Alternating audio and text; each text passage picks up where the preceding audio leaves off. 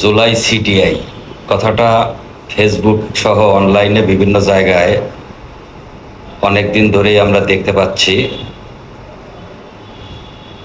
ইদানিং আমাদের শাওন তার ফেসবুক পোস্টকে কেন্দ্র করে এটা নিয়ে বিতর্ক আরও বেড়েছে।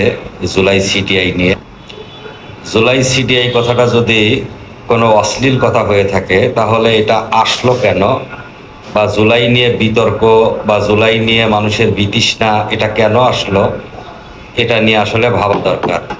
জুলাই নিয়ে স্বপ্ন দেখেছিল বাংলাদেশের সেই দারিদ্র কৃষক থেকে শুরু করে সর্বোচ্চ পর্যায়ের লোকজন। জুলাই আন্দোলনের পরে যখন আমরা ডক্টর ইউনূসকে দায়িত্ব দিলাম, আমরা বুক ভরা আশা নিয়ে দেশ পরিবর্তনের স্বপ্ন দেখতে লাগলাম। কিন্তু এক সপ্তাহ না যাইতেই আমরা যা দেখলাম, মব, লুটপাট, জুলাইকে কেন্দ্র করে যারা আঙুল ফুলে কলা গাছ হয়ে গেছে, মুক্তিযোদ্ধা এবং মুক্তিযুদ্ধের ইতিহাস নিয়ে যেরকম অবজ্ঞা করা, মুক্তিযুদ্ধের ঐতিহ্যগুলোকে ভেঙে চুরমার করে দেওয়া, মাজার ভাঙা, কবর থেকে লাশ তুলে পুড়িয়ে দেওয়া সহ আমরা বিভিন্ন প্রকারের জুলাই নিয়ে নৈরাজ্য দেখেছি। ব্যাংক লুট, জঙ্গিবাদের উত্থান,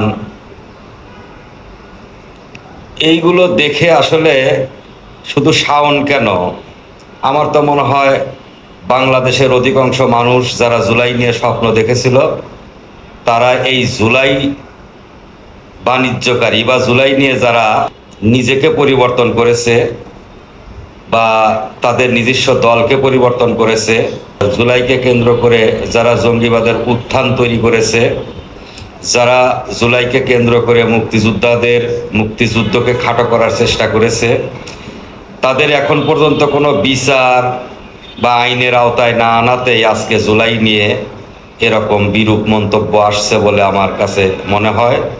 কারণ জুলাইটা সবার ছিল, সেই জুলাইটা ছিনতাই হয়ে গেছে, জুলাইটা চুরি হয়ে গেছে, জুলাই ডাকাতি হয়ে গেছে একটা বেনিয়া মহলের কাছে, দেশবিরোধী একটা শক্তির কাছে, যার জন্য বাংলাদেশের সাধারণ মানুষজন জুলাই সিডিআই নিয়ে বিরূপ মন্তব্য করছে, যা করার কথা ছিল না।